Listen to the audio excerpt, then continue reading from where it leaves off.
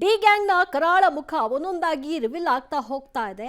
ಈ ಪ್ರಕರಣವನ್ನ ಮುಚ್ಚಿ ಹಾಕ್ಲಿಕ್ಕೆ ಪ್ರಯತ್ನವನ್ನ ನಡೆಸಿದ್ರ, ಅದಕ್ಕಾಗಿ 1.5 ಗಂಟೆಗಳ ಕಾಲ ಚರ್ಚೆಯನ್ನ ನಡೆಸಿದ್ರ.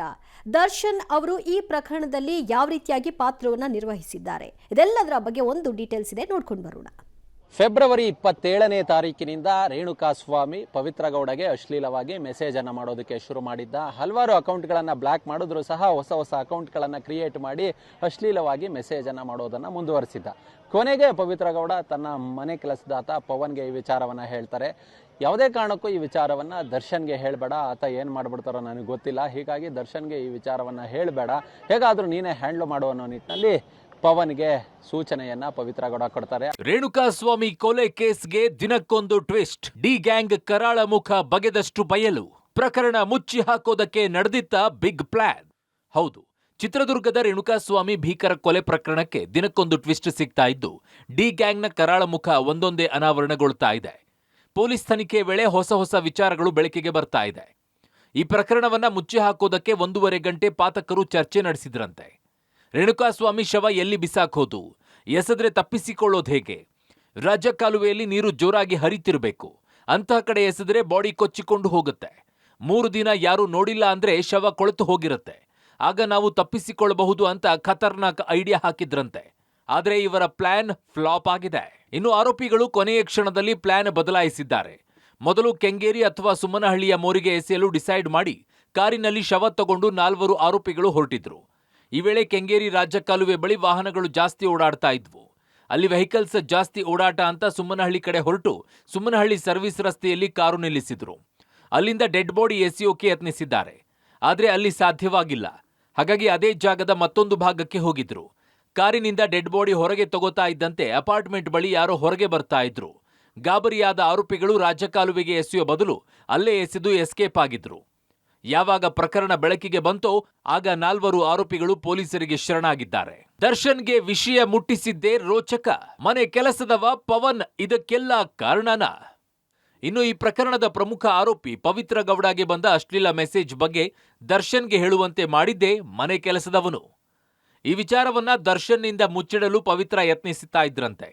ಆದ್ರೆ ಪವಿತ್ರಾಗೆ ಪ್ರಚೋದಿಸಿ ಕೊಲೆಗೆ ಕಾರಣ ಆದವನು A3 ಪವನ್ ಅಂತೆ.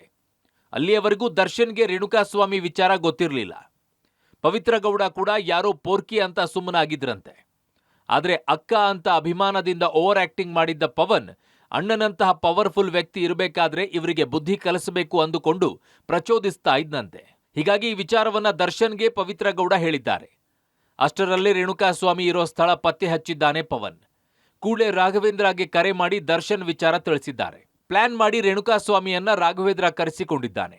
ಅನಂತರ ನಡೆದಿದ್ದೇ ಡಿ ಗ್ಯಾಂಗ್ನ ಭೀಕರ ಅಪರಾಧ ಕೃತ್ಯ. ಪವನ್ ನಾನೇ ಪವಿತ್ರ ಗೌಡ ಅನ್ನೋ ನಿಟ್ಟಿನಲ್ಲಿ ಮೆಸೇಜ್ ಅನ್ನ ಮಾಡ್ತಾ ಆತನ ವಾಟ್ಸಪ್ ನಂಬರ್ ಅನ್ನ ಪಡೆದುಕೊಂಡು ಅದಾದ ಬಳಿಕ ನಾನೇ ಪವಿತ್ರ ಗೌಡ ಅಂತೇಳಿ ನಂಬಿಸಿ ಚಾಟನ್ನು ಮುಂದುವರಿಸಿರ್ತಾನೆ. ಕೊನೆಗೆ ಇದೇ ನಂಬರನ್ನ ಚಿತ್ರದುರ್ಗದ ರಾಘವೇಂದ್ರನಿಗೆ ಕೊಟ್ಟು ರೇಣುಕಾಸ್ವಾಮಿಯನ್ನ ಕಿಡ್ನಾಪ್ ಮಾಡಿ ಕರೆತರೋದಕ್ಕೆ ಹೇಳ್ತಾನೆ. ಇದೇ ವಿಚಾರವಾಗಿ ಒಂದಷ್ಟು ಪಶ್ಚಾತ್ತಾಪವನ್ನ ಪೊಲೀಸ್ ಠಾಣೆಯಲ್ಲಿ ಪವಿತ್ರ ಗೌಡ ಪೊಲೀಸರ ಮುಂದೆ ಹೇಳ್ಕೊಂಡಿರೋದು.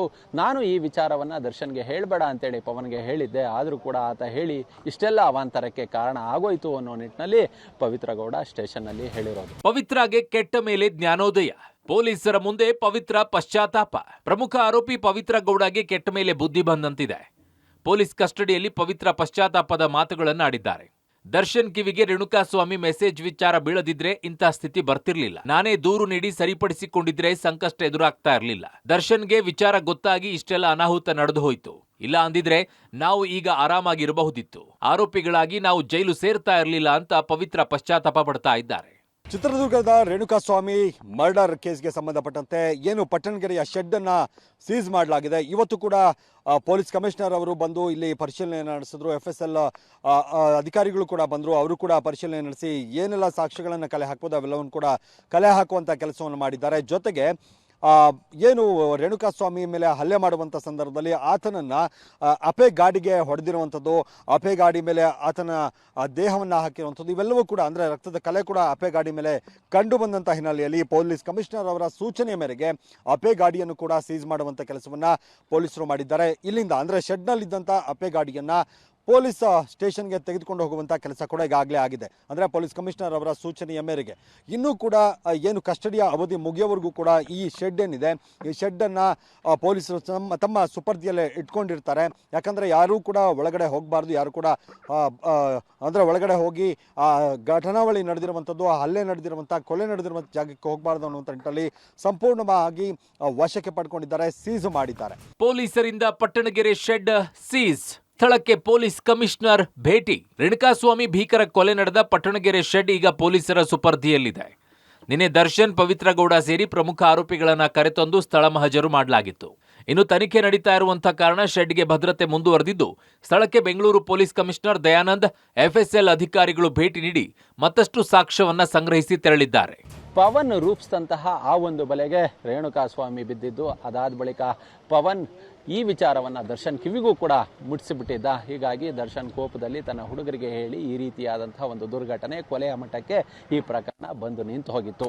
ಕ್ಯಾಮ್ರಾ ಪರ್ಸನ್ ಮಂಜುನಾಥ್ ಜೊತೆ ನರಸಿಂಹಮೂರ್ತಿ, ಪಬ್ಲಿಕ್ ಟಿವಿ. ಮನೆ ಕೆಲಸದಾತ ಪವನ್ ಹೇಳಬಹುದು ದರ್ಶನ್ಗೆ ಈ ಥರದ ಒಂದು ಘಟನೆ ಆಗಿದೆ ಅಂತ. ಬಟ್ ಅದನ್ನ ಅವ್ರು ತೆಗೆದುಕೊಳ್ಬೇಕಾದಂತ ಆಕ್ಷನ್ ಏನು ಆ ನಂತರದಲ್ಲಿ, ಅದ್ರ ಬಗ್ಗೆ ಸ್ವಲ್ಪ ಯೋಚನೆ ಮಾಡಬೇಕಾಗಿತ್ತು. ಕೊಲೆ ಹಂತಕ್ಕೆ ಹೋಗಬಾರ್ದಿತ್ತು ಅನ್ನೋದೇ ಎಲ್ಲರೂ ಕೂಡ ಚರ್ಚೆ ಮಾಡ್ತಾ ಇರೋದು. ಯಾಕೆ ಆ ಹಂತಕ್ಕೆ ಹೋದ್ರು? ಇದರಲ್ಲಿ ಭಾಗಿಯಾಗಿರುವಂಥ 17 ಮಂದಿಯ ಪೈಕಿ ಒಬ್ಬೊಬ್ಬರದು ಒಂದೊಂದು ರೀತಿಯಾದಂತಹ ಕರಾಳ ಮುಖ ತೆರೆದುಕೊಳ್ತಾ ಹೋಗ್ತಾ ಇದೆ.